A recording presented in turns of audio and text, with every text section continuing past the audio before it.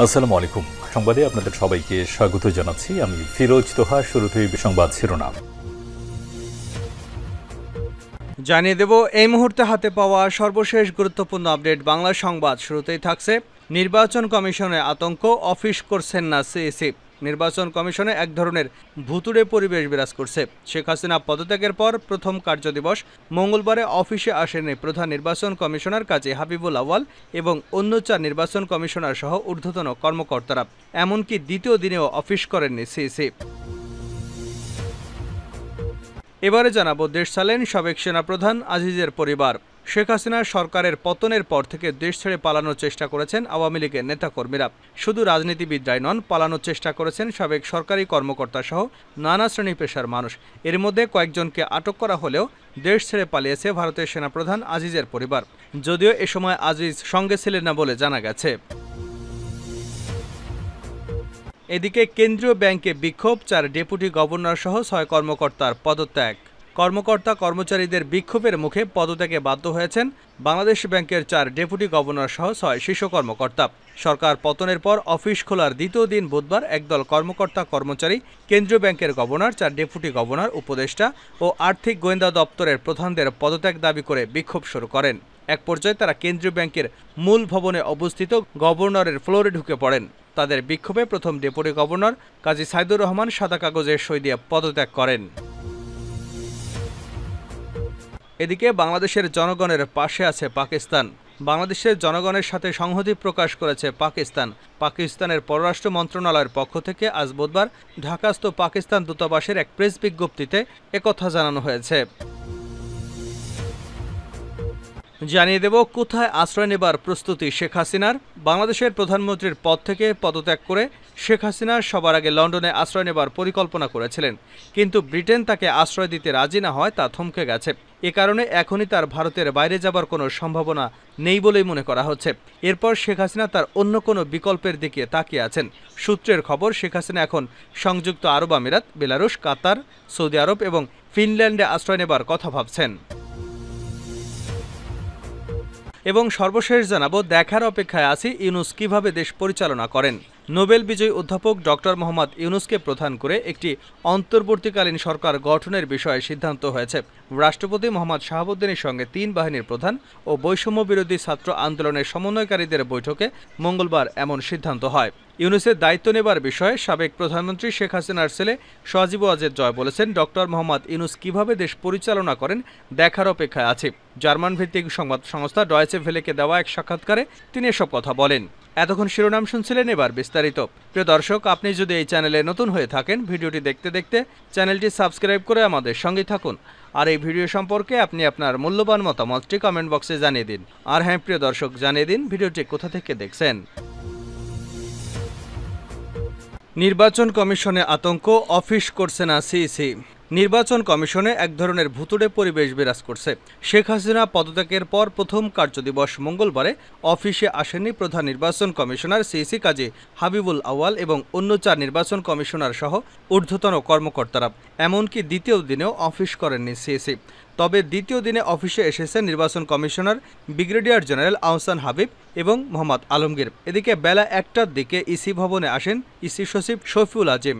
তবে নির্বাচন কমিশনার রাশেদা সুলতানা ও মোহাম্মদ আনিসুর রহমান আসেননি অফিসে। ইসি কর্মকর্তারা জানান, আওয়ামী লীগ সরকার পতনের পরবর্তী সময় রাজনৈতিক পরিস্থিতিতে ইসিতে হামলার আতঙ্ক বিরাজ করছে। উড়ো খবরের ভিত্তিতে এই পরিস্থিতির সৃষ্টি হয়। মঙ্গলবার বেলা ১১টার দিকে নির্বাচন ভবনে হামলার উদ্দেশ্যে বিক্ষুব্ধ জনতা আগারগাঁওয়ের দিকে আসছে এমন উড়ো খবর ছড়িয়ে পড়লে ইসি কর্মচারীদের মধ্যে আতঙ্ক ছড়িয়ে পড়ে। সবাই ভবন থেকে নেমে সামনের সড়কে চলে আসেন। এ খবরে ইসি ভবনের সামনে সেনাবাহিনীর 3টি গাড়ি অবস্থান নেয়। এতে হামলার আতঙ্ক কাটলেও ইসিতে বদলি আতঙ্ক বিরাজ করছে। কোন কর্মকর্তাকে কখন কোথায় বদলি করা হয়, এ আতঙ্ক দেখা দিয়েছে কর্মচারীদের চোখে মুখে। দেশ ছাড়ল সাবেক সেনাবাহিনীর প্রধান আজিজের পরিবার।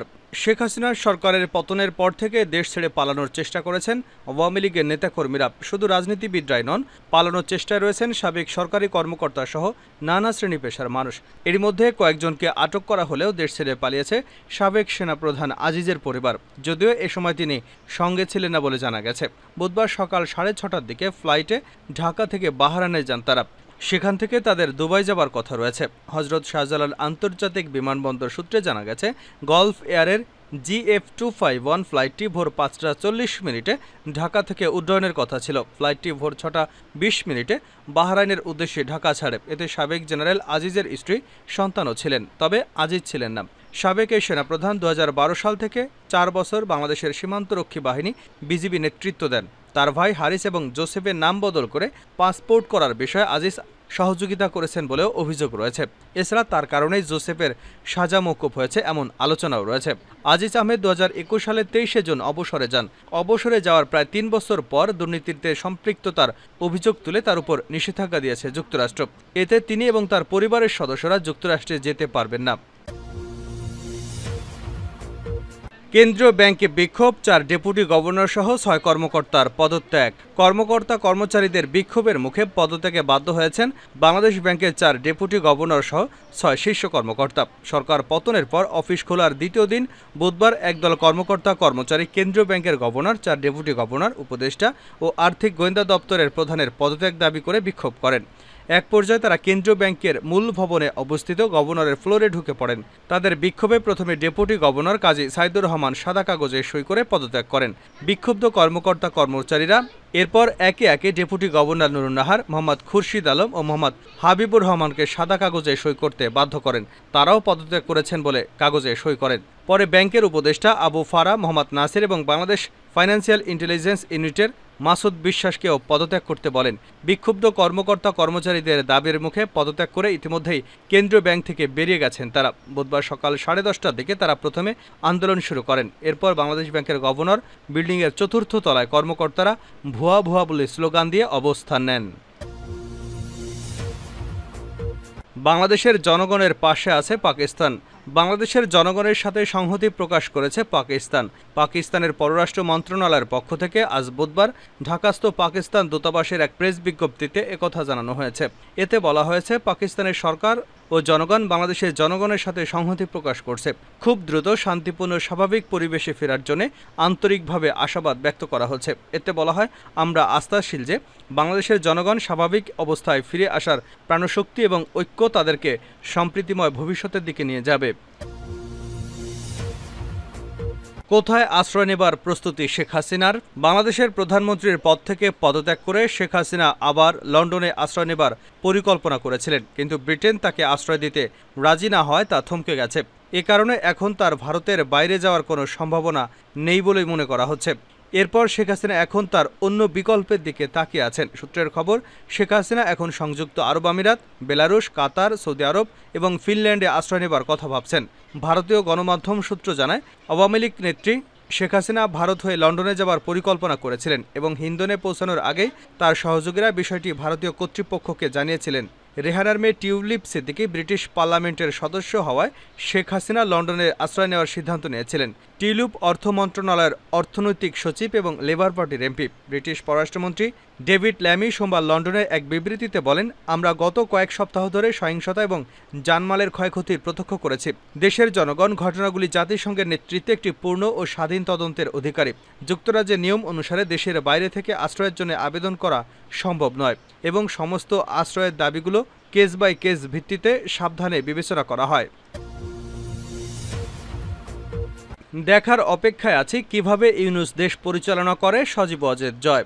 নোবেল বিজয়ী অধ্যাপক ডক্টর মোহাম্মদ ইউনূসকে প্রধান করে একটি অন্তর্বর্তীকালীন সরকার গঠনের বিষয়ে সিদ্ধান্ত হয়েছে। রাষ্ট্রপতি মোহাম্মদ শাহাবুদ্দিনের সঙ্গে 3 বাহিনীর প্রধান, বৈষম্য বিরোধী ছাত্র আন্দোলনের সমন্বয়কারীদের বৈঠকে মঙ্গলবারের এই সিদ্ধান্ত হয়েছে। ইউনূসের দায়িত্ব নেবার বিষয়ে সাবেক প্রধানমন্ত্রী শেখ হাসিনার ছেলে সজীব ওয়াজেদ জয় বলেন, ডক্টর ইউনূস কিভাবে দেশ পরিচালনা করেন দেখার অপেক্ষায় আছে। জার্মান ভিত্তিক সংবাদ সংস্থা ডয়েচে ভেলেকে দেওয়া সাক্ষাৎকারে তিনি একথা বলেন। জয় বলেন, শেখ হাসিনা ভারত থেকে অন্য কোথাও যাবেন এরকম কোনো সিদ্ধান্ত নেওয়া হয়নি। তিনি ভালো আছেন, এখন দিল্লিতে আছেন। আমার বোন ওখানে আছে, আমার বোন তো দিল্লিতে থাকেন। তিনি ভালো আছেন, তবে তার খুবই মন খারাপ। জয় আরও বলেন, তিনি খুবই দুঃখিত যে দেশের জন্য ওনার বাবা সহ পুরো পরিবার জীবন দিয়েছেন। সেই দেশের জন্যই তিনি জেল খেটেছেন, এত পরিশ্রম করেছেন, এত উন্নয়ন করেছেন।